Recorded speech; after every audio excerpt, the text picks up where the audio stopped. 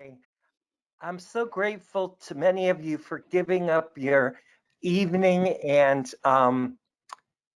coming for this webinar to learn more about ways to help children with autism spectrum disorder.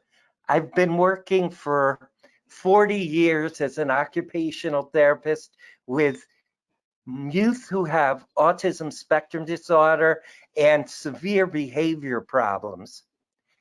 And I want to share the many different treatment strategies that I use that come from a variety of different frames of reference. On this first page, you can see my personal email, jlp96007@gmail.com. If you email me every Sunday at 5 o'clock Eastern Standard Time, I lead a mindfulness group called Breath, Body, Mind that I teach.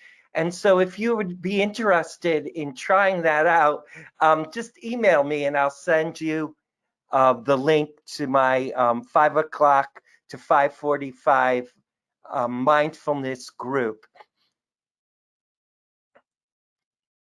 This is a list of big bang for your buck resources.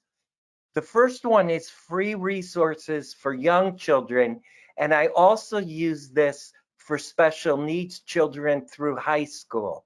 The second one, the Peers program, I'm going to be talking a lot about pivotal response training. It's a type of ABA that's a favorite of mine. I went to California, which I have to say, Santa Barbara is not a real big sacrifice if you can get work to pay for it like I did. And one of the speakers was one of their former doctoral students who had been prom queen, and she hated what we were teaching children with autism. Like you say, if a child teases you, tell an adult. That's the worst advice, she said, because the adult can't do very much, and you'll be, getting a reputation as a tattletale. So she came up with a really good program, and it's research proven to both change the brains of children with autism, so the more typical, and to help children with autism have more friends, succeed better in difficult situations. I did the adolescent program where I work at a children's psychiatric hospital, actually an adolescent psychiatric hospital. She normed hers on typical intelligence children with autism, and many of mine have intellectual and other challenges besides autism. And so what I did was her 1 hour class I did over a course of 4 hours, 4 weekly sessions. And we had snack and we did a lot of the movement things I'm going to teach you. If you teach teachers, pbisworld.com is a great resource. Breath, Body, Mind is the type of mindfulness that I teach. I'll be showing you some. It was developed by a husband and wife psychiatrist, and it's very useful for autism and trauma. Pivotal response teaching is what I'll be showing you today. This guy who studied with Lovaas and was a applied behavior analysis expert was smart enough to marry a speech pathologist. And she became a doctor too, and they developed this pivotal response training, which is a very helpful form of ABA that has a developmental component. And I also, and Allison will be sending you a YouTube video of Dr. Cagle teaching first words to a little child with autism. And it's a very helpful, 3-minute video. I also got certified in mindful awareness and body-oriented therapy, which is a type of massage to increase body awareness. I gave you a sensory processing website by this lady, Lucy Jane Miller. I did research with her. Her website's real helpful because the stuff she says is 100% true, and she has resources for parents with sensory processing disorder, sensory integration problems, and she has a site where if they're from Connecticut, they could find a dentist near their house that identified himself as willing to work with children with sensory processing problems. So it's a really great one. The last one I'm also certified in is a type of massage for children with autism that a lot of research has shown improves their language and behavior. The last one is my website. And if you just go to fabstrategies.org, you're going to see half price sale. I'm putting my ebook on half price sale for you guys. And if you want to explore it, they'll be sending you out a ticket to get a Therapro paperback book at a discount. But that will give you a way to look at the book first and see if it would meet your needs as a therapist. The other way is you can go on my website, just click on the dog who's reading, and you can click on to Amazon and get a preview of the book. The second thing I want you to know that you can get, it says handout in green. Allison sent you my slides, but this is for us mature people who have limited eyesight. It's much bigger, and it also enables you to teach this stuff. A lot of my stuff is from my book and it's copyrighted. You all who are listening have my permission to use all of these handouts. They're things that I created. I have a copyright on the pictures and the whole thing. So it gives you a lot of resources that you have permission to use with your children and permission to give to colleagues to help children. This is something that I'll be showing you briefly, which is questions about behavior function and a blank one so that you can try it out. So there's a lot of resources on that for you to utilize, and there's a lot of other things that you can do.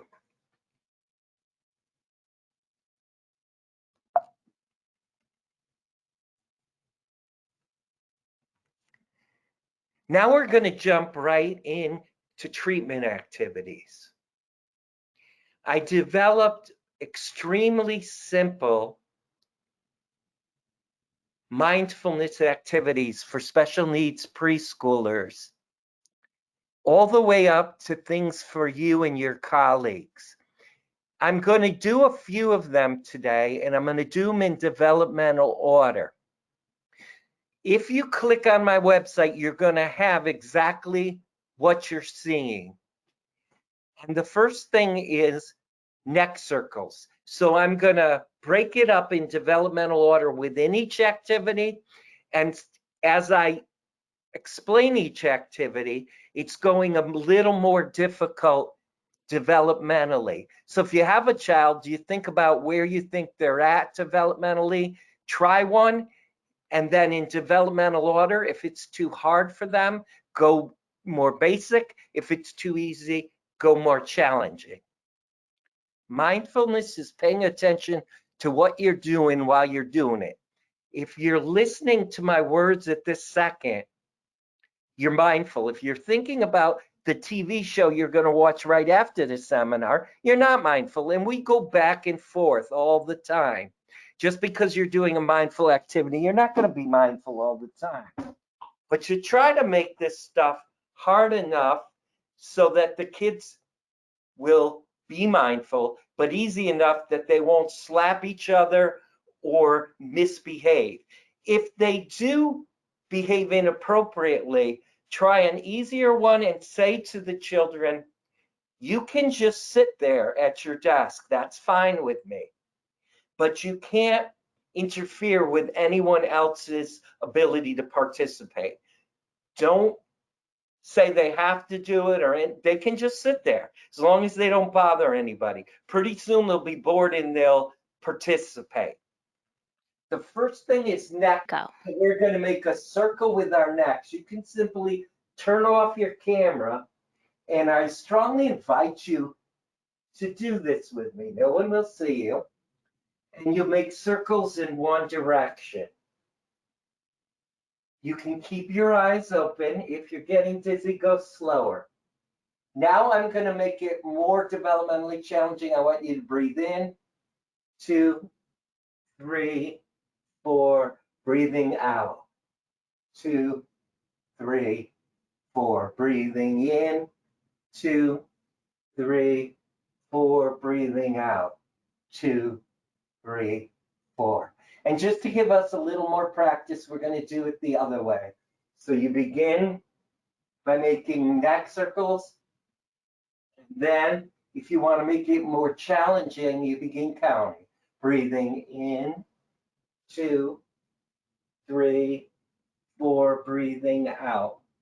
2, 3, 4, breathing in. 2, 3, 4, breathing out. 2, 3, 4, breathing in. 2, 3, 4, breathing out. 2, 3, pause. The next thing is shoulder circles. I have these chicken wing bones. I'm going to go forward, up, around, and down. Forward, up, around, and down. Forward, up, around, and down. Forward, up, around, and down. Now making it more challenging, breathing in, up, breathing out, around, and down. Breathing in, up, breathing down, breathing out. Breathing in, up, breathing out, down. And the final one is hip circles. You make a big circle with your hips like you're going ice fishing, and you're going to make the hole in the ice with your butt. So a big round circle. And then we can add breathing. Breathing in, 2, 3, 4, breathing out. 2, 3, 4, breathing in. 2, 3, 4, breathing out. 2, 3, 4. Now I'm going to challenge you a little more, and I want you to do the hula or the lazy 8, making an infinity sign in one direction, then an infinity sign in the other. And you're going to choose the level and whether or not to do counting to meet the needs of your small group or your individual therapy or your whole classroom. Thanks for trying that with me. We're going to sit now.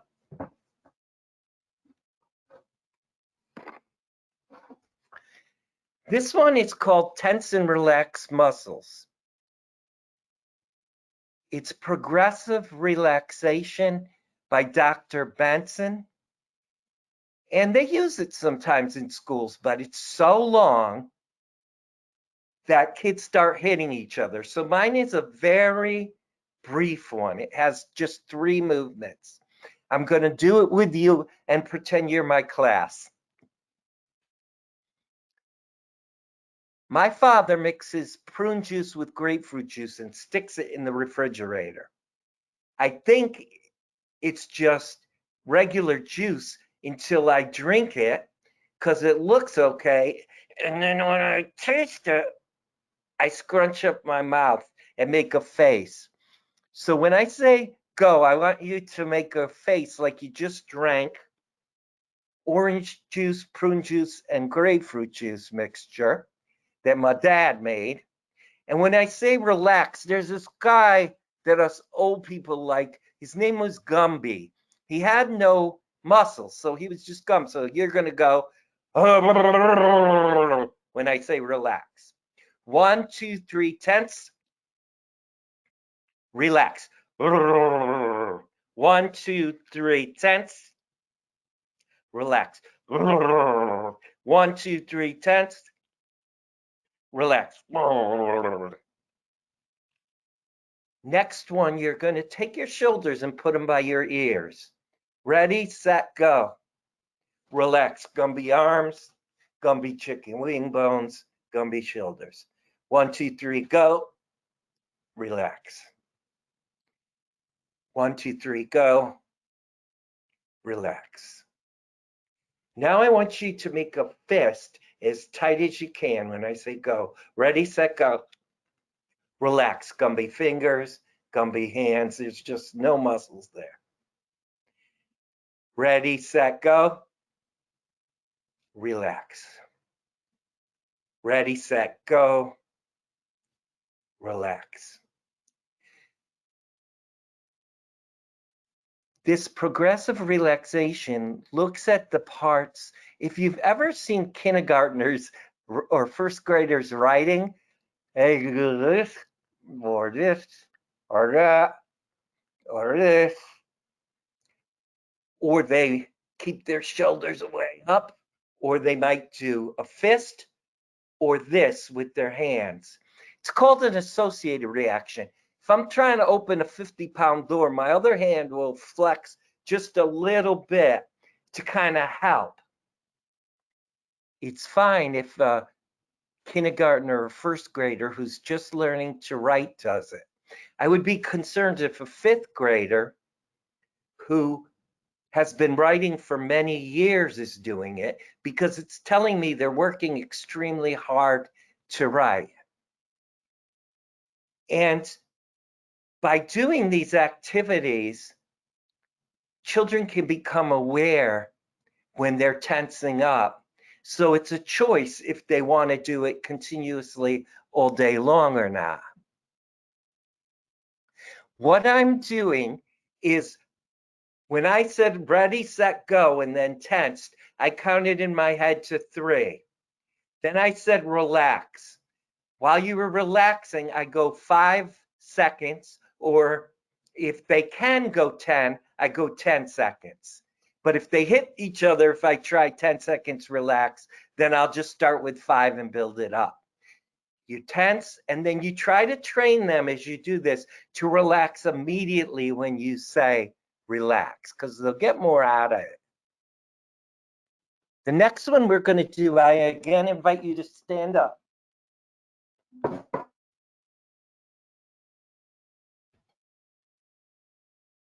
I usually play some positive kind of music.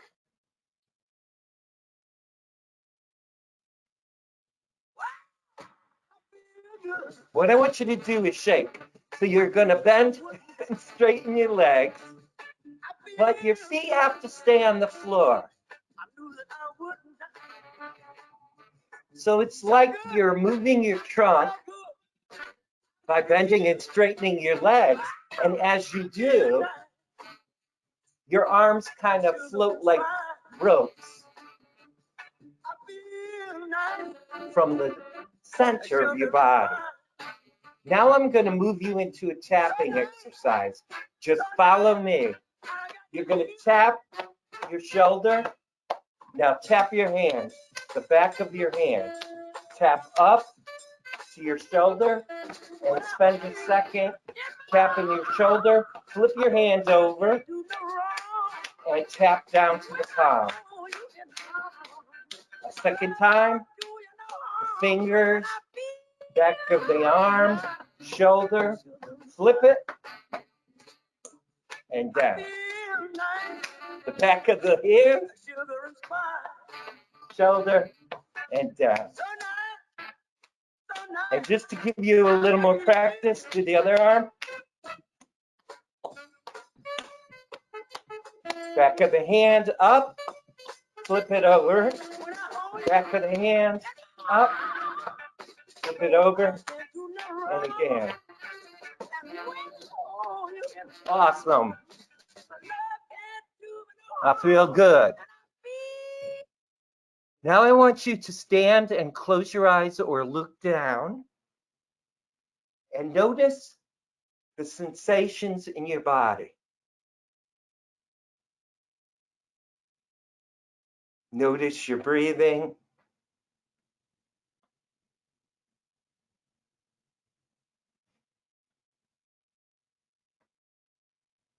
And you can continue to stand, or if you're getting tired, you can sit.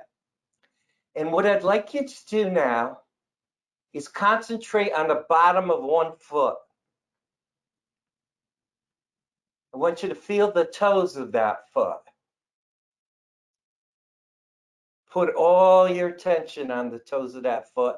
Go backwards and try to feel the toes and the ball of the foot that's behind the toes. And then go back further so you got toes, the ball of your foot, and you got this arch. Maybe it hits the floor, maybe it doesn't.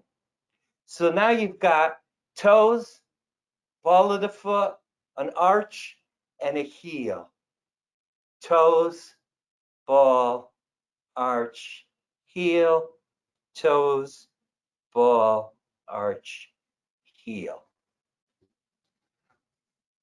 Shaking is actually a Qigong activity, a kind of thing like Tai Chi. And it's a good way if children are very tired or not paying attention to activate them. Tapping is also helpful and can be used in individual therapy for children who feel numb, lack sensation, and cut or scratch or bite themselves. When you can't go over an open wound, but when it's scarred over, they can do tapping instead of the cutting or the biting. And what I tell them is you want to find a coping strategy that doesn't break your skin. Because when you break your skin, germy worms can get in there called bacteria and cause problems for you. So I want to find something else, a vibrating bath brush, something else that you can use. And I also, because that's one they do independently, I reinforce them. I have this vibrating bath brush, and sometimes I brush them with it. And it's something that a lot of teachers and nurses who won't physically touch children will do, because you're not touching them. You're touching this brush, and the brush is touching them. You can either do it without the vibration or with. I usually have them, because they've been to the eye doctor, I say, which way makes you feel chillaxed? Number one or number two?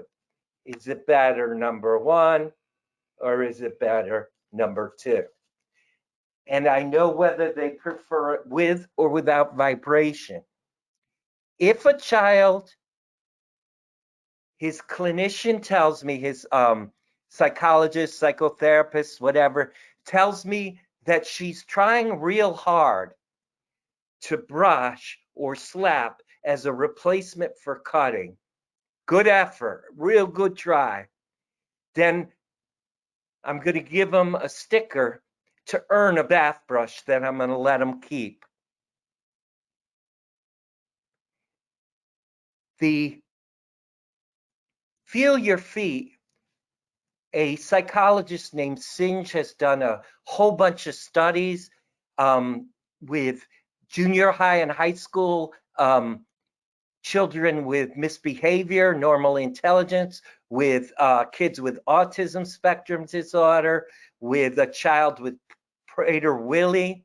The reason the feel your feet works is when adolescents drive and text simultaneously, it doesn't end well. And the reason it doesn't end well is if they're doing 60 on the highway and they text and drive, text, drive, they think they're doing it simultaneously, but they're really not.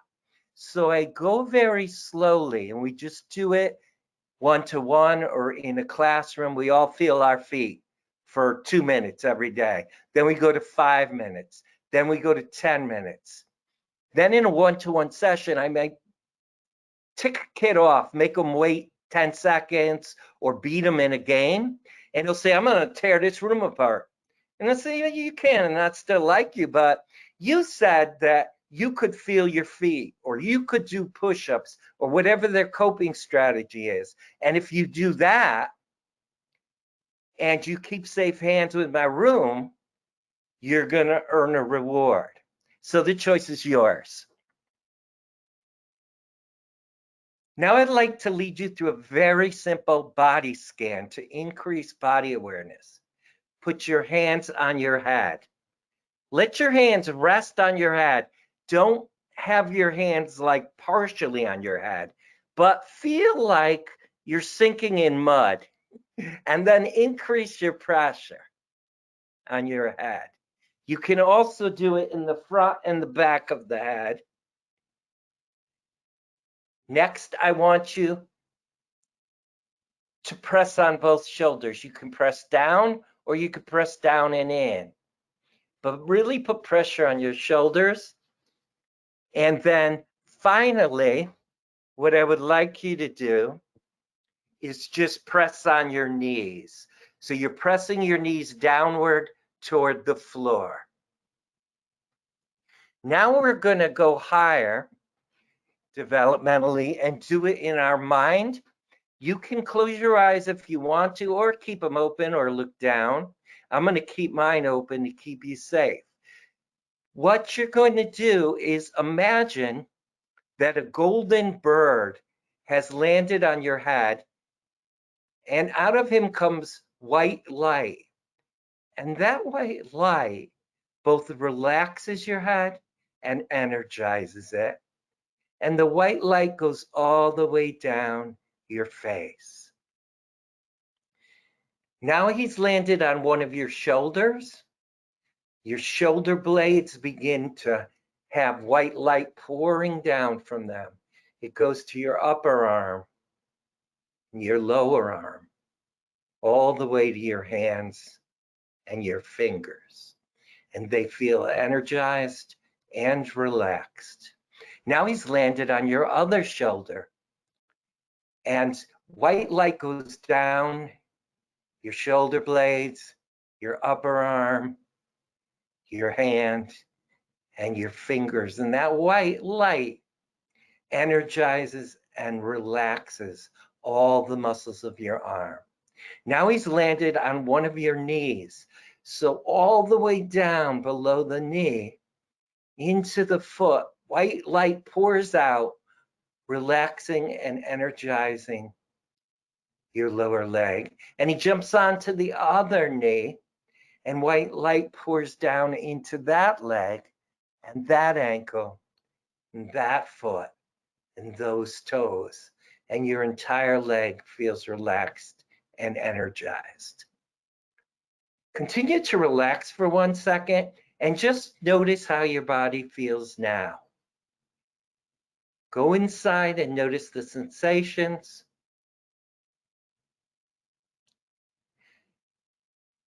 Notice your thoughts. You can open your eyes. The body scan increases body awareness. Many children, either with autism spectrum disorder and or with post-traumatic stress disorder in early childhood, have a lack of awareness of their body. And you can't really use it if you don't feel it.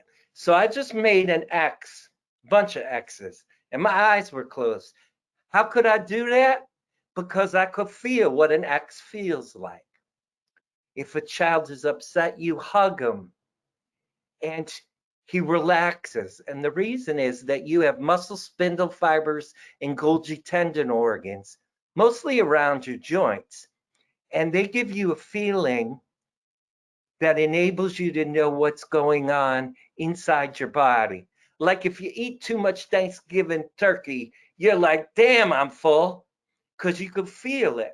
Or you blow a fuse in your basement and you have to go down in pitch black, and you think there's one more step, but there's not, and you go, whoa, because you were anticipating and moving your foot for one more step, and it wasn't there.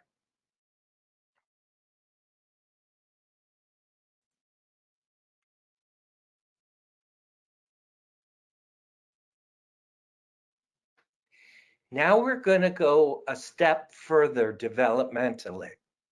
And I'm going to break it up into even more developmental steps. When I say go, you're going to put your wings of your arms up. Wings up. Wings down. Wings up. Wings down. Wings up. Wings down. Now I'm going to make it developmentally harder. Breathing in. Bring your wings up. Breathing out. Bring your wings down. Breathing in. Bring your wings up. Breathing out. Bring your wings down. We're going to go higher. Breathing in, bring your wings up. Breathing out, bring your wings down slower than you brought them up. Breathing in and up. Slower breathing out and down. Now I want you to sync them exactly. Breathing in, you're going to make it so when your hands touch over your head, you can't breathe in anymore. And breathing out slower, you're going to make it so when you can't breathe out anymore, your hands are by your side. Breathing in and gently breathing out. Hand breathing is the same thing. We're going to make a fist, put our fist over our pointing and middle fingers. Open your hands. Make a fist. Open your hands. Make a fist, open your hands, make a fist. Open your hands, make a fist. Now we're going to make it more challenging. Breathing in, open your hands, separating the fingers and extending them. Closing the hand, breathing out. Breathing in, 2, 3, 4. Breathing out, 2, 3, 4. Breathing in, 2, 3, 4. Breathing out slower, 2, 3, 4. Breathing in, breathing out. Now I want you to breathe in, so when you can't breathe in anymore, your hands are completely extended.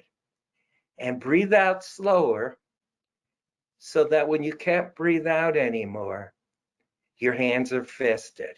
Breathing in and breathing out.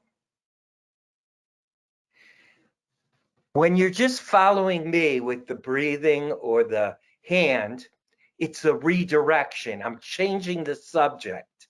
I'm changing your attention from your inappropriate behavior to doing something with me or with the whole class. Then I can add breathing in with it. And then finally, this position is called Mushti Mudra. When monks meditate for 10 hours, they got to do something with their hands. It's called a mudra, a handhold. And they began to develop handholds that gave them specific things. Mushti Mudra is a handhold to decrease rage. You can see it looks kind of like I'm in a fist. So this is often something that kids whose hands are cramping up, their teachers are willing to do with the whole class, like every hour. So they'll take a break and stretch out their hands so they don't cramp, and then breathing out, make them into Mushti Mudra. And sometimes I tell teachers about the mudra. If I think the mushti is going to upset them because they're fundamentalist Christians, I just leave that out. You're picking activities that are easy enough for your kids to do, but hard enough that they can't do anything else. So that's how you're going to figure out which one to choose. And as I've been giving them to you, I've been giving them to you in developmental order, and within them, I've been giving you ways to modify. In the school, you can use them as a pre-correction. If you know a child becomes aggressive when he goes to the assembly, but the principal says he has to go, you would do this with the class before they went to the assembly and when they came back. There was an interesting study by one of the people who does PASS. He does the turtle technique I'm going to talk to you about, Dr. Greenberg, where they took half the kids in a kindergarten class, and every hour they gave them these 5-minute mindfulness activities, and they talked about their feelings and stuff. And the other randomly assigned kids spent that time on academics. The kids who took the 5-minute break every hour did better on academic achievement tests than the classes that spent the time on academics. I teach teachers how to embed these in their daily routine so that they actually don't take up very much time at all. And what I say is, with a challenging class, don't touch anybody, don't touch anything, don't say anything. And when we finish, come right back to work, or we're not going to do it tomorrow. I'll still like you, but we're not going to do it tomorrow. We'll try again the next day. I'm sure you'll do much better. Now, I've been going in order. Now I'm going to jump way higher. This one is for you and your colleagues and parents and teachers. Research has conclusively found that parents, teachers, and therapists who do mindfulness, and you only got to do it 5 minutes a day. You don't have to do it 6 hours. You can get a result in 5 minutes a day. I've done it.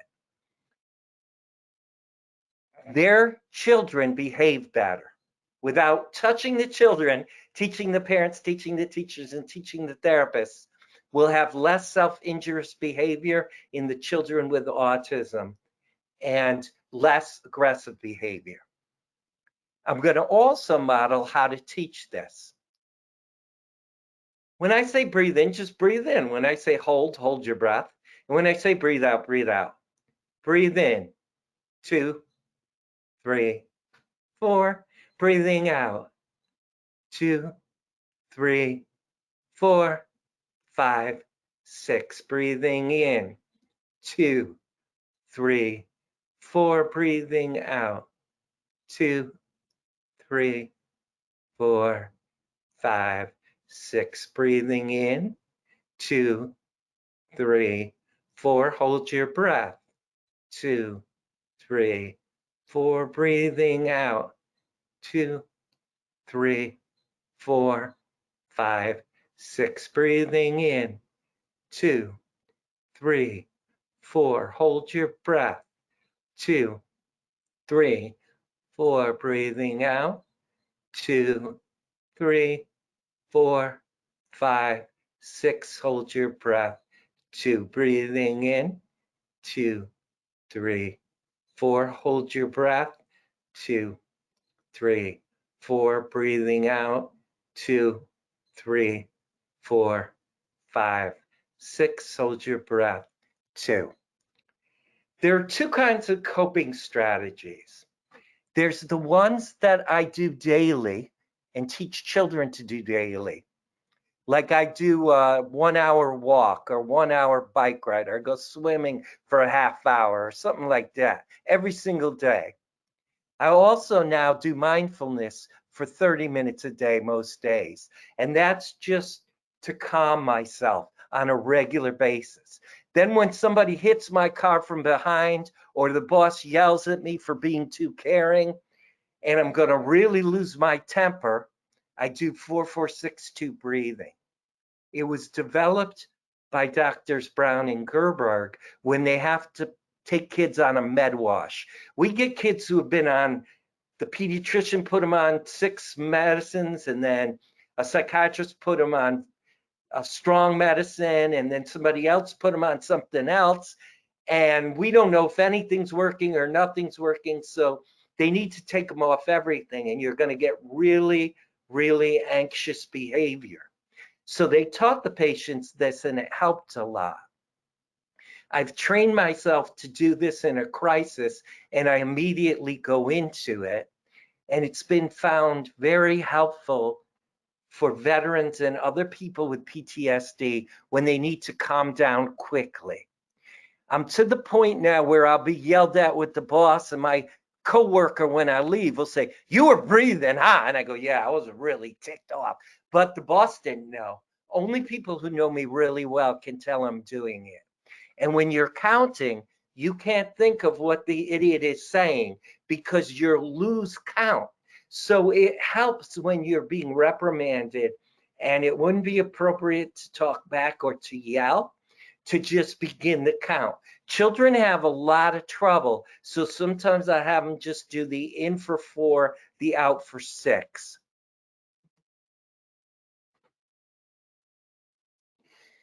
I've shown you a lot of mindfulness strategies. Your coping strategy can be something else, though, like push-ups. Push-ups are a good one because men teachers think I'm punishing kids for getting hyper, and they love them. But really what I'm doing is a push-up gives deep pressure through all the joints with slow linear movement, linear vestibular. So the push-ups are helpful in enabling the child to calm quickly. And if he's lethargic, they're going to work too. I want to teach you about a buzzword that's been thrown around in lots of wrong ways, and it's real hip. It's called interoception. What interoception really is that they've recently found we have certain fibers, kind of think of it like a wire that doesn't have casing over it. So it doesn't have a sheath on this wire. It's very slow, and it carries cuddling touch, like a mother holding her baby. It carries pain, itch, very extreme temperatures, and it brings them up through the insula. And then they go to the middle insula and the cortex, where they mix with proprioception, deep pressure, and specific touch, like when you can tell me where I've touched you, and they mix with movement and all the OT kinds of things. Research showed that there's significant associations. They go together. Poor interoceptive awareness, poor body awareness, and poor self-regulation. And they've also found that a lot of people with developmental and behavioral problems and mental illness have poor interoceptive awareness. Interoceptive awareness is having conscious awareness of hunger or thirst or pain. You know that you're experiencing it. In fact, people can get such good interoceptive awareness that they can feel their heartbeat. And we can teach people to improve their interoceptive awareness. And this helps children to a much earlier know that they're about to lose control. When our children lose control who have autism, they lose it like that. It's too late. So if we can begin to coach them on some of the signs we see, and to do different treatments to increase their interoception, they'll know when they're getting upset much quicker. But it's something that we need to teach them. This second thing is something us OTs use. When you spin kids on a swing, you got to be careful you don't get a negative reaction with the autonomic, the automatic nervous system. So when you look at this picture, the first three are the things I look for. The pupils constricting, getting smaller, the muscles relaxing, getting too floppy, and the heart rate decreasing, them getting, say, white. That would be a sign that they were too relaxed, too parasympathetic, could be problematic. Or them getting too sympathetic, their eyes getting real wide, their muscles getting real tight, like raw spaghetti, their heart racing, their face getting red. I look for these things in children because I know if their sympathetic nervous system responses are showing that I don't want to upset them right now because they can become aggressive. I know if they're shutting down that I need to get them a little more revved if I want them to pay attention to their clinician in counseling, or they want to have them pay attention in school, or that kind of thing. Before I talk about treatment for interoception, I want you to just take a second and, if you can, click on your name, and after your name, put SP if you're a speech pathologist, put OT if you're an occupational therapist or an occupational therapy assistant, put PT if you're a physical therapist or physical therapy assistant, put S if you're a special ed teacher, T if you're a regular ed teacher, and M if you work in mental health. You're a licensed professional counselor, a social worker, a psychologist, a something like that. If you're a physician, a psychiatrist, or some other kind of doctor, put MD. And this will just give everybody a chance to see who's here and what you do. I try to get people from a variety of different professions working together. Sometimes we get territorial, but in the olden days, I got a bachelor's to become an OT. That's what you did. And I noticed I didn't know enough. So I got a master's in early childhood special ed. And the lady knew I was into the physically disabled at that time, so she made me work with only behavior disorders and deaf kids. That's all she let me do in my summer student teaching. Now we're going to look at, and since we have so many OTs and special ed teachers and coders here, the first one is the one that I do, and it'd be really perfect for you as well. There's a lady I work with, her name's Kelly Mailer. We have this online AOTA club, School Mental Health. And if you look at FAB strategies right there where I give you your handout, you'll see right below that an article I wrote on AOTA saying that OTs do more than handwriting, that we can partner with mental health and special ed to help children to pay attention and to be non-aggressive in school, that we can deal with a lot of different mental health issues and wellness and that kind of thing. And Kelly Mailer's on this committee too, and she wrote a book like Interoception, the Eighth Sense or something. It's a little paperback. What she does is combines sensory integration or sensory processing therapy that all us OTs do with interoceptive awareness, with knowing if your heart's racing, with knowing if you have to go to the bathroom, with knowing if you're in pain. She gives you ways to tune into that. The second thing that I also do is mindfulness.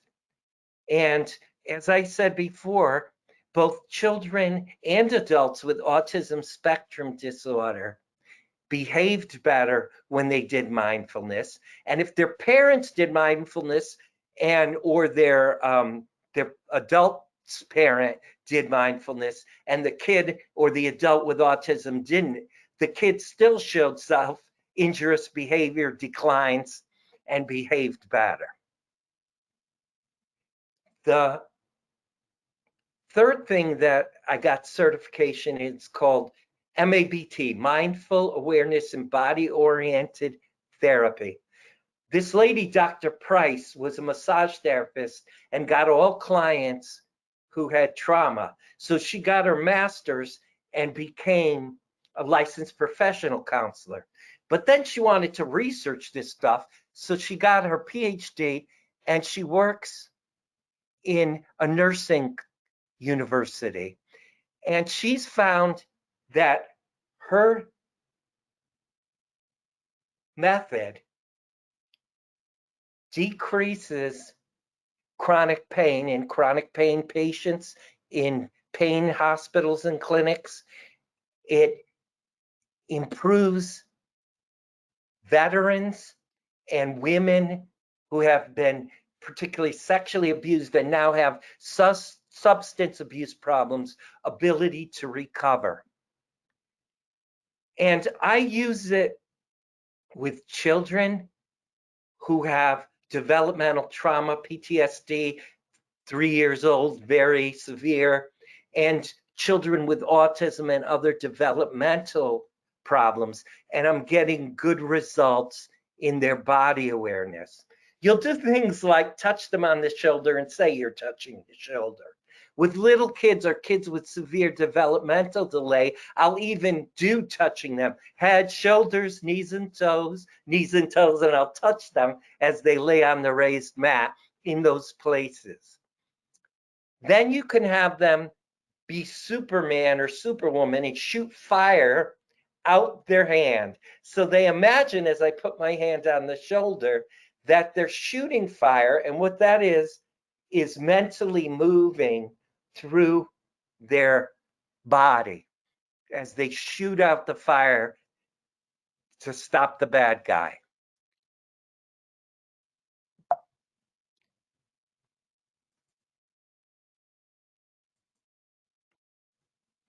Now I'm going to show you how I use both interoceptive awareness and proprioception, deep pressure touch, together by having you play a game. And like I said, I gave this handout to you. And what it is what you say is in bold and what you do is in italics.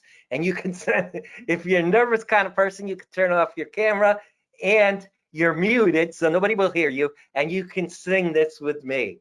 You make a fist. You begin by making the fist go slowly and lightly across the child's back. You get permission before you touch them with your fist. Then you say dot, so that's X marks the spot, with a dot, dot, dot, and a line, line, line, and a question mark. Then you put your hand, your fist, on their head. Crack an egg on her head, let the yolk run down. Crack an egg on her head, let the yolk run down. Then I call this spine walking. You use your knuckles, creepy crawlies up your spine, and then deep pressure, creepy crawlies down. Do it with me 2 times.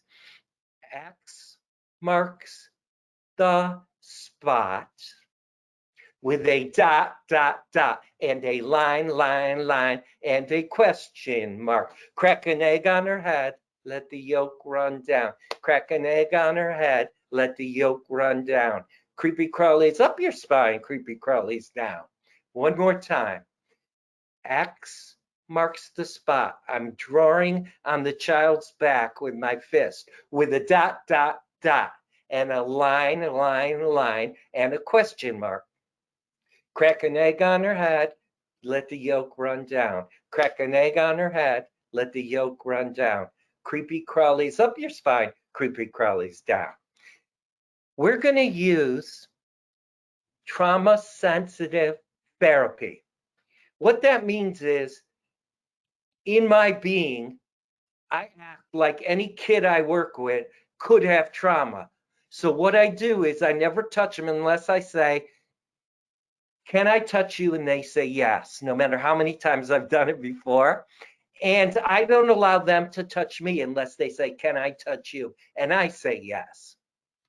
I tell them that they can do things, but they don't have to. They can just sit there as long as they don't interfere with the other kid's ability to do it. They want to participate. And I say, no matter what you do, I'm going to like you. If you slap me in the head, I'm going to still like you. There's nothing you can do and I won't like you, because I think that all youth are highly valuable. Now, if you slap me, there'll be consequences, because if you keep slapping people, you're going to end up in jail, and I don't want you in jail. So I'm going to do things to get you to not do those kind of things anymore. And like, if you keep safe hands, polite voice, then I'm going to reward you and give you lots of extra things. But that doesn't mean I like you more, because I couldn't like you more than I do anyway. It's just that if you do those things, you're going to go to college and have a good marriage and be a successful person. That's what I want for you. But you as a person, I value no matter what. So you just put those things into your regular practice. A lot of people think I'm kidding when I give both rewards and consequences in that way. I'm not kidding. And the kids know I'm not kidding. And so if a kid doesn't have trauma, they just think I'm a polite guy. And if they do, I keep from triggering them accidentally. So this was on a child's back. And it's something that I started doing in a locked psychiatric hospital, and people thought I was off my head, and people loved it, and people with trauma asked me for it, and girls who were sexually molested asked me for it, and gangbangers asked me to do it. And it became a way that I could use touch with people who had never been able to tolerate touch before. Another thing you could do is both kneel and let the kid push you backwards. So there are many different ways that you can offer touch in a fun way.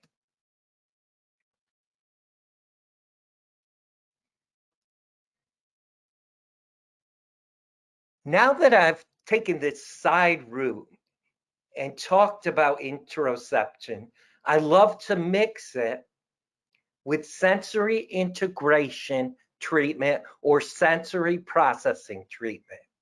I know a lot of you know this, but I'm just modeling how you're going to explain it to people. We use a lot of words and they confuse people. And then if you're using a Spanish translator, it's going to make it even more challenging. So I want you to really have the understanding of how to explain this stuff down. So either sensory integration or sensory processing disorder, same thing. Under this thing is three things: sensory modulation disorder, sensory discrimination disorder, or motor-based sensory problems. So if you have any one of those three or all three of those, you got a sensory integration or sensory processing problem. The biggest one in terms of autism behavior problems is sensory modulation. So I'm going to spend the most time on that. But just know that there are three, and a lot of times OTs forget that there are three. And if you come to the next one on trauma, I'll explain sensory discrimination and teach you how to treat it in depth. But for now, I want to concentrate on sensory modulation. If you have any one of these, A, B, C, or D, you got a sensory modulation disorder, so you got a sensory integration or sensory processing disorder. You could be sensory over responsive. Half of individuals with autism have sensory over responsive. Just to confuse people, we also call this sensory sensitive or hyperreactivity. The terms are put in parentheses. Ayres said 30 years ago, and within the past couple of years, Green, a neurologist, proved it, that kids with autism who are also diagnosed with anxiety disorder and an OT says they're sensory sensitive actually have neurophysiologically heightened attention to irrelevant sensory information and decreased habituation, she used to say. Most people can wear a watch, or guys can wear a tie, or women can wear a necklace or wedding ring, but those of us who have sensory over responsivity can't, because we don't get used to it. The bigger thing here for us is that if the children are touched or talked to by other kids, they're not going to be able to get back to work. They're going to get more and more aroused because their nervous system can't habituate. So you need to sit them further away from other kids. You need to sit them next to children who won't hit them or talk to them about other things not related to what you're doing academically. You have to put things into place so they don't get revved up. Sensory seeking is a kid who actively seeks out sensory input. We used to think this was a kid who was under responsive. Now we know it is people who are under responsive, but sometimes over responsive people do sensory seeking as well, getting more and more discombobulated as they trash your room. Sensory under responsivity is low registration. They tend not to notice relevant sensory input, and they get used to stuff real quickly. My dad always falls asleep at parties, and people get really, really offended. He can fall asleep on a dime, and he worked as an industrial arts metalworking teacher, playing loud music in the background, because that could keep him able to concentrate on his class. Some OTs will tell you there is no such thing as sensory avoiding. There is, and if you work with a lot of people with trauma, you're going to see it all the time. They shut down in order to be able to cope with the craziness that was or still is in their lives. So they'll look like they're not paying attention. They, in fact, won't be paying attention, but their heart will be racing. And this is a problem in school and in counseling and other places as well.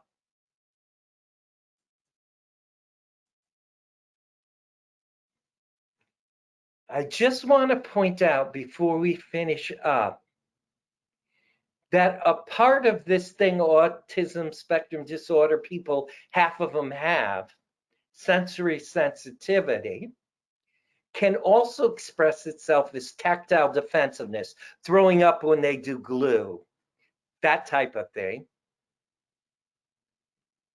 It can also show up in kids with autism as them saying, even though you've tested their balance and you know it's good, I'm going to fall, I'm going to fall, I'm going to fall. And they look like they're walking on ice because they think they're going to fall because they're hypersensitive to movement.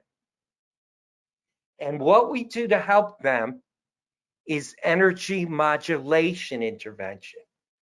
The most research proven one for improving the behavior of kids with Fragile X and autism is called the ALERT program. How does your engine run? That's the most research proven. There's another one called the zones of regulation. Are you in the red zone, the blue zone, the green zone, the yellow zone? Then there's another one, red light, green light, red light, yellow light, green light for behavior. Then there's a high, medium, and low energy for trauma. And so when kids with autism are taught one in kindergarten, the next one in first grade, another one in second grade, they get real upset. This is tactile defensiveness. How can you tell? Because of her faces, she's making faces. It's like when kids don't like orange juice, it's like they keep drinking it, but they keep making faces. So I'm trying to just let her know how it's here. I hope it doesn't distract her too much, but if she wants to wipe it off, The lady with me is the speech language pathologist. She called me in because she was doing birth to 3. This child was just turning 3, and the child was still vomiting when she saw cornstarch. And so I worked with her and helped her. She was both hyper and under responsive. So I put a pup tent in her bedroom where she could get an optimal, quiet, calm alert state. I showed her this. I started with Play-Doh, and you could see that at this point, she didn't like it. She was kind of grimacing, but her mother's like, let's go to shaving cream. Her mother was taping and said I could use this tape. And me and the speech therapist like, no, not yet. And she's like, why? And I said, because she's making grimaces. She's making these faces. So I was able to explain to the mother, you want to be like an expert mother who pushes their kid, but not too much, just the exact right amount, or you'll really upset them.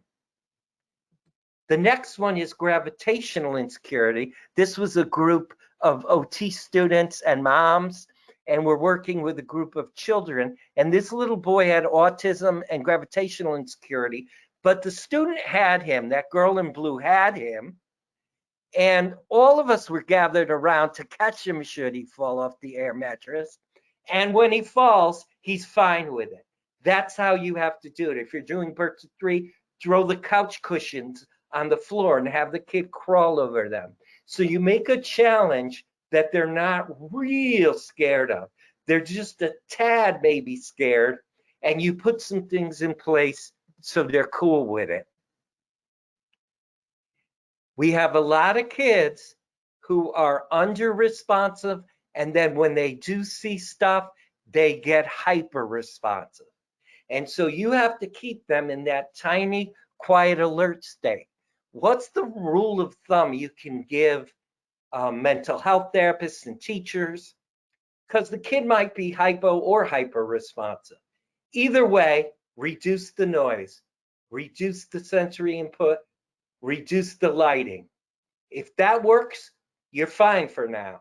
If that doesn't make them calm alert, then from that reduced state of sensory input, gradually increase the noise in a socially acceptable way. Put inflection in your voice. Don't make it louder, but show some expression. Use colored lined paper. Use a slanted board. Put some oomph into it until they reach calm alert. And no matter what their sensory problem, they will improve.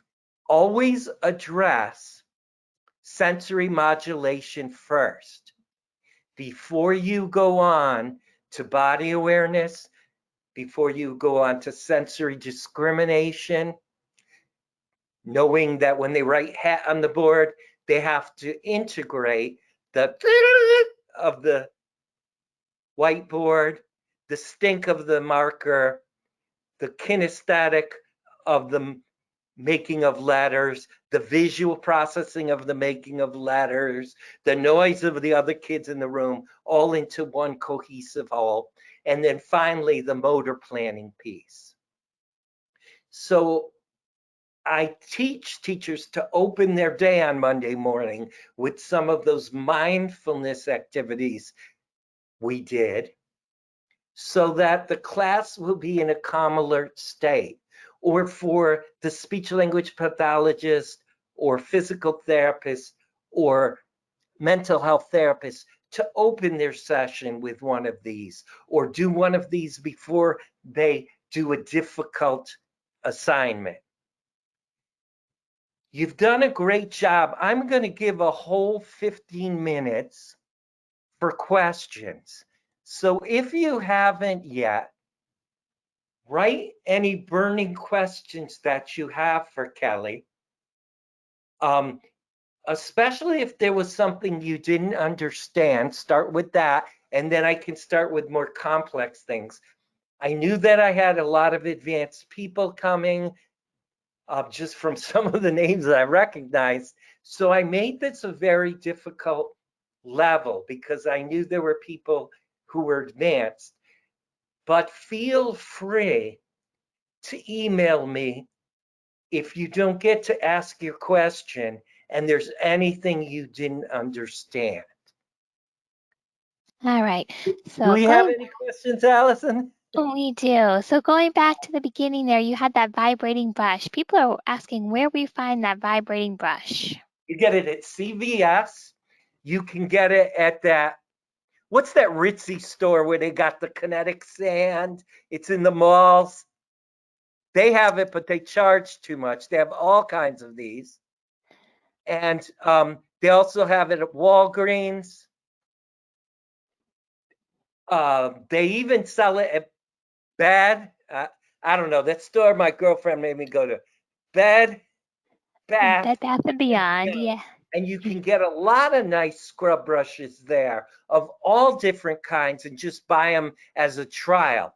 But these are cheaper after Christmas because Walgreens buys a ton and then puts them on sale for $5. You can get them in the catalogs. I imagine Therapro might have it, so maybe you and Karen can look it up. But you're looking for a brush that both vibrates, turns color, and is non-vibrating, just so that people who physically are not comfortable putting their hands on kids, especially now with COVID, can just touch them with the brush. Sneak peek, we're actually looking to a vibrating bath brush. Yes, and a little sneak peek, we are going to be adding a vibrating neck wrap to our catalog in the next week or two. So a little insider information there for y'all tonight. All right, what is the turtle technique? Good question. The turtle technique is a very famous preschool technique, but I changed it, and you have this. This famous guy, Dr. Greenberg, does something called positive behavioral support. And he asked me to present at his conference. And I was like, I kind of changed your turtle technique. What they do in preschools and kindergartens is the turtle goes into a shell, breathes 3 times, comes out calm. The child takes off their shirt, puts it over their head, and breathes. I didn't, especially my girls, want them doing anything with their shirts. I really didn't like this for special needs kids at all. So I made my own. In every classroom, you can make a sensory coping area. In a regular 5th grade, it's just a desk facing the teacher with masking tape around it. If a kid's upset, teacher puts them back there, they do their work. In children with autism classrooms, it's a pup tent. So it can be whatever area you want. If you notice a child is either being asked to do something that usually makes them aggressive, or their body is fisting like it does before they get aggressive, you ask them to go to the sensory coping area of the classroom and stay there until they're not going to hit or spit or bite. Tucker used to spit at his friends. Do you think they like that? No, Tucker had no friends. So he said, Johnny, I have no friends. And I said, he said, John said, well, people don't like being spit in their face, so now I go to the quiet area and John made masking tape and I walk and I walk and I walk. When people step on my foot, tell the idiots, Tucker, children aren't going to step on me no more. And when I'm not going to spit, I go back. And then weeks later, me, John, and the idiot will figure out how they stop stepping on my toe. And I use a real turtle. You put your middle finger on its head, your pointing and ring, and your thumb and your little finger. And you can also buy sock puppets if you can't afford a real turtle. But I got permission to use this famous technique and to change it. And he let me put it in my book. A real nice guy. It's called the PASS program, Promoting Alternative Thinking Strategies Doing Turtle. If you see a kindergarten teacher, you can fix their turtle program if you need to using mine. Perfect. All right. What is the difference between opening with fast wings and slow wings? Opening with fast wings, you're doing it fast. And what I'm trying to do, a kid is punching another kid. I say to them all, raise your wings, and they all do it with me. Lower your wings, raise your wings. Then I send that kid who's hitting into the classroom, and I keep the other kids safe outside it. It's a distraction, a redirection. Then you can slow it down and turn it into a mindfulness strategy. These things are not going to move quickly. The reason I used to fail so much with my coping strategies and my mindfulness strategies was I went too fast. This is a hard thing.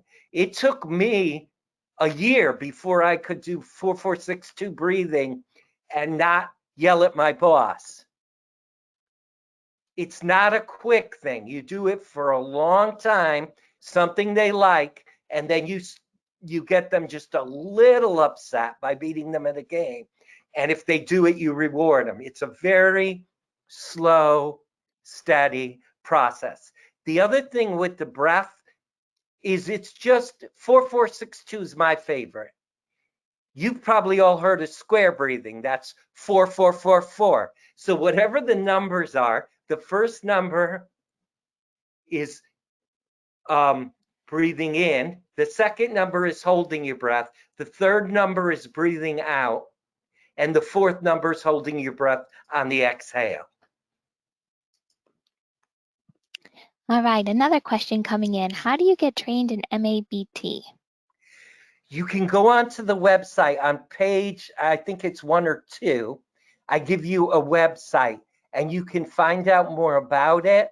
The courses are kind of expensive, but you can even get handouts about it. And I also teach a derivative of it. It's really made and designed for therapists who work with women who have trauma histories and are recovering from addictions, or chronic pain patients, or veterans with PTSD. And now there's a ton of people with PTSD. So if you work in those areas like a pain clinic, it would make a lot of sense to take the course. The state paid for me, but it was $3,000. We went somewhere and we learned it. But I can give you some resources that are a little cheaper or some lesser training, and then you can go from there. The QST, Qigong Sensory Treatment, you can just buy a book. It's $10. There's a DVD in the back of Dr. Silva doing it, the pediatrician who invented it, doing it. I pretty much learned it from that. Then I took the course to be certified when they came to Massachusetts, because I know we don't have unlimited resources. So there's a couple ways to do those things. Perfect. All right. Another question. I appreciate the practical strategies from the presentation, and as an OT, I'm definitely comfortable implementing these strategies. Do you have any recommendations for other professionals to use these approaches within an academic session? I would tell them And there's two things you can get on my websites. There's the FAB form, which you have. I gave you a lot of resources. I knew that I wouldn't get to most of them, but you can look them over. And I have more trainings if you look under workshops where you can explore more of the different parts of this, but you have some nice resources. You're welcome to use them. Say it again, Kelly. I mean, Allison. I'm sorry. So looking for strategies, that's okay, for teachers to use or other Oh, professionals yeah. to use. The FAB form I gave you in the handouts, and then you can also get the preschool one. It's a form of environmental adaptation, like preparing transitions and limiting transitions, sensory modulation like mindfulness, positive behavioral support, and then physical self-regulation. The things in bold, like pressing on a kid's ears before you slap headphones on, using a weighted blanket, using a pressure vest, all of those things are in bold because they're just for OTs and PTs to do. Everything else is for everybody to do. So if you only have like once a month with a teacher, you could figure out what works to help that child, write it down on this form, and then give it a couple to the teacher, just one or two to the parents at the end of your clinic visit. Then you say, next time you see them, did you do the form? Oh, I lost it. Okay, I got another copy. Here you go. And if they're doing it, give them more. But I find sensory diets take me hours. And why do one for a parent who's not got the resources to do them? So pick a couple of these, teach just a couple. I like to do one from each area and show them to the teacher. You're welcome to teach any of these to teachers. For the Black ones, though, they need a therapist support. For the others, they can do it themselves. You'll see also on my website, I have a FAB form specifically for preschool and kindergarten teachers. I go around the country teaching them because they've got 1, 2, or 3 children with oppositional defiant disorder or some kind of autism, and they won't be diagnosed till 2nd grade. So I give them the ability to use the headphones, or you can just use earmuffs. The research shows that they're just as good to decrease the sounds.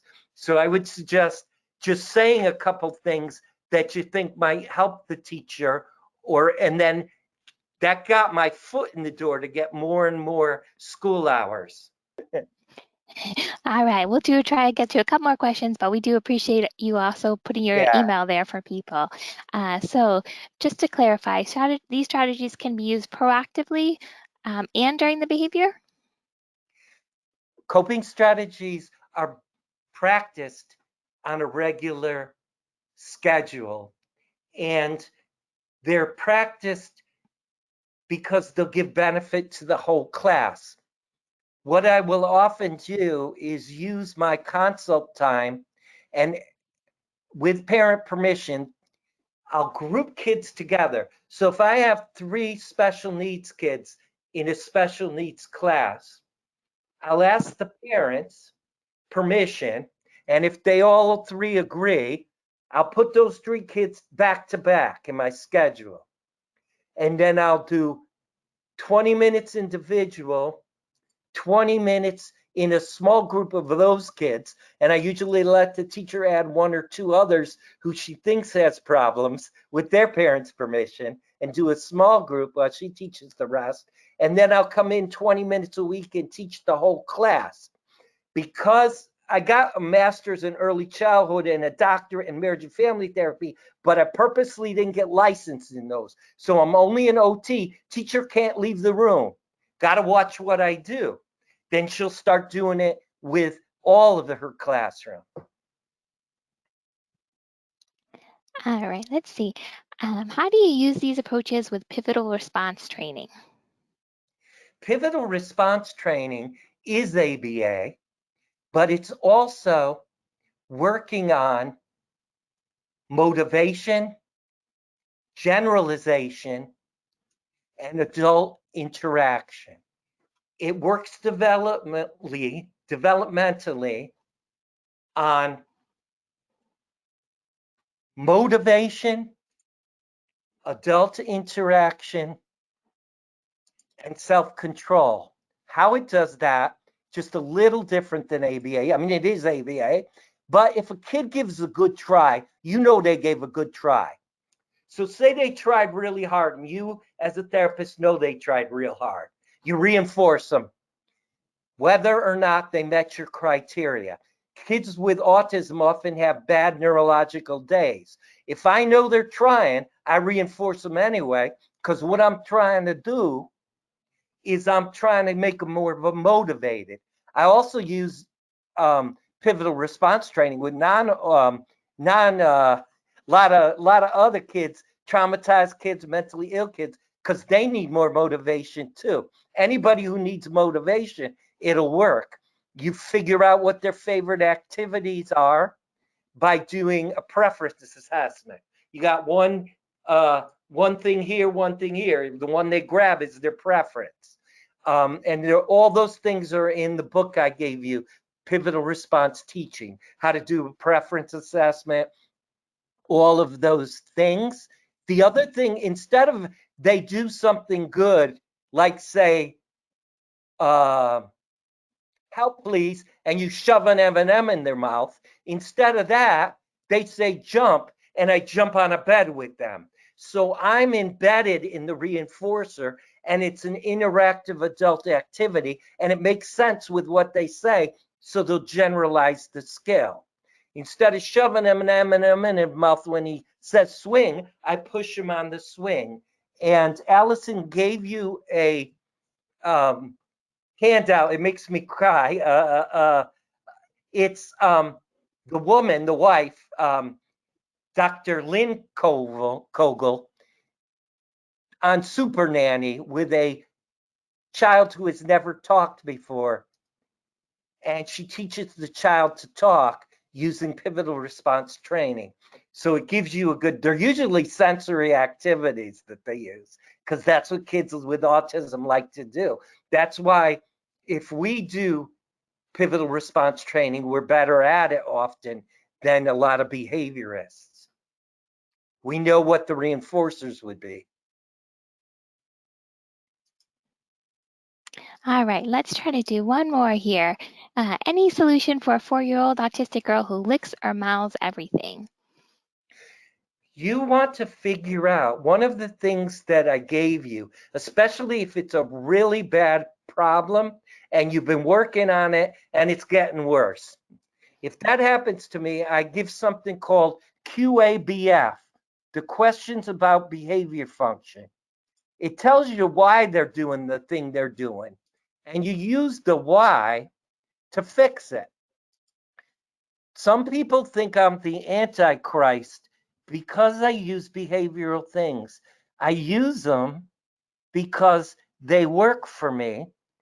And so if you look in your handout, you'll find the questions about behavioral function, and it's going to give you, I gave you in my handouts a blank one, and I also gave you a filled out one. So like this kid, I found out was doing it. He was doing headbanging for sensory automatic reasons, what the ABA people call non-social. So then I just used sensory integration, and I gave him head presses and stuff to replace the banging, head banging. However, if he's head banging for attention, and I give him attention when he's headbanging, I'm going to make him worse. Some OTs have accidentally made kids worse. So what I do is I figure out this kid had autism and was slapping everybody. He hurt a teacher so bad, the teacher quit. And the one day before she one year before she was going to get retirement. So I went through and I made the behavior smacking its staff, swiping its staff. And I filled this out, and it told me he was hitting staff to get attention and to get out of attention, for attention and escape. So if every time he slapped staff, I gave him sensory input, I'd be reinforcing the behavior, because he wasn't doing it for non-social sensory reasons. He was smacking people because he wanted attention or he wanted escape, and he couldn't express that. So working with the speech language pathologist, we figured out a way that he could do that. I got a sensory coping area. I got touch vibration. I used brakes. I moved into the room very slowly so I wouldn't scare him. My goal was increase safe hands. But the key is, the thing you're rating has to be something my father could see. He's never been trained in OT. It's got to be punching, slapping, swiping at, spitting, something a non-trained person would know what you're talking about, not like tantrum.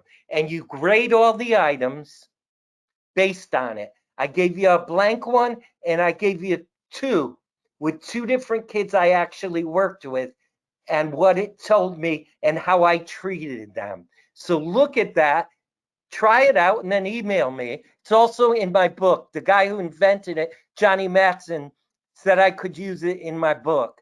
So he let me, and I actually use it.